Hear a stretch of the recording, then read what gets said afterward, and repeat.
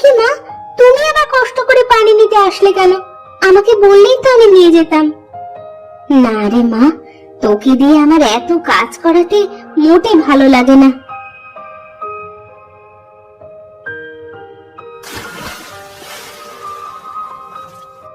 মা, আমার তো কাজ করতে কোনো কষ্ট হয় না, তুমি খালি খালি এমনটা ভাবো। আমি সবে বুঝি রে মা, তুই কত ভালো।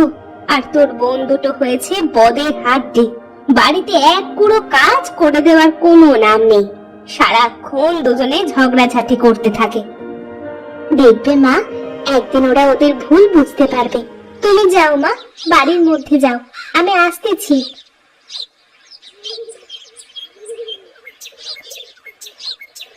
আমার বন্ধুটা কবে যে ওদের ভুল বুঝতে পারবে, কবে যে ওরা ঝগড়াঝাটি বাদ দিয়ে মিলেমিশে থাকবে।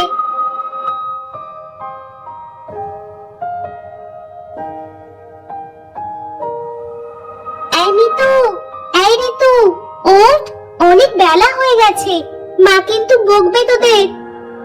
রোজ রোজ সকালে তোর কি কোনো কাজ থাকে না? দিলি তো এত সুন্দর ঘুমটা নষ্ট করে। সারা রাত ঘুমিয়েও তোদের হয় না? সকাল করে কেউ ঘুমিয়ে থাকে নাকি? ও কি করে বুঝবে শহরের মানুষের লাইফস্টাইল? ও কি কখনো শহরে গেছে না থেকেছে?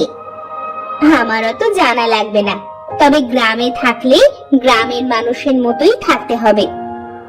সকাল সকাল জ্ঞান দিস না তো, তুই তোর কাজে যা। হ্যাঁ, আমার তো অনেক কাজ। ব্যাস, তোদের ডাকতে আসলাম, এখন আমি যাই।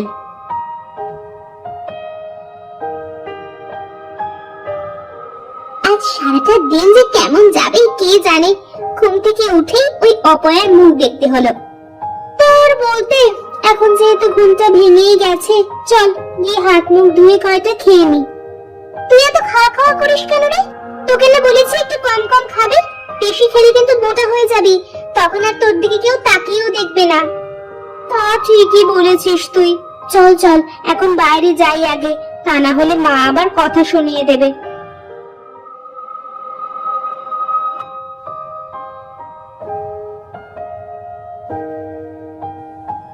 এভাবে বেলা করে শুয়ে থাকলে যে শরীর খারাপ করবে।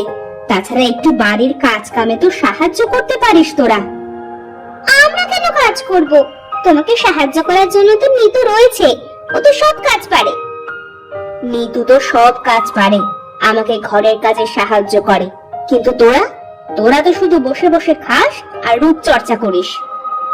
শোনো মা, বাইরে ধুলোবালির ভিতরে কাজ করলে আমাদের চেহারা নষ্ট হয়ে যাবে, আর রান্নার কাছে তো যেতেই পারবো না। বলি, কাজ কাম না শিখলে বিয়ের পরে শ্বশুর বাড়িতে গিয়ে কথা শুনতে হবে যে। কি যে বলো মা, আমাদের কি আর জেসি ঘরে বিয়ে হবে? দেখো, আমাদের বিয়ে করার জন্য রাজা বাদশার ছেলেরা সম্বন্ধ নিয়ে আসবে। হ্যাঁ মা, আর 4-5টা কাজের লোক থাকবে, আমাদের কোনো কাজ করতে হবে না। তোদের এই অহংকারের কারণেই না তোদের কপালে কষ্ট চলে আসে। বাজে বকো না তো মা, এখন খাচ্ছি, একটু শান্তিতে দুমুঠ খেতে দাও তো।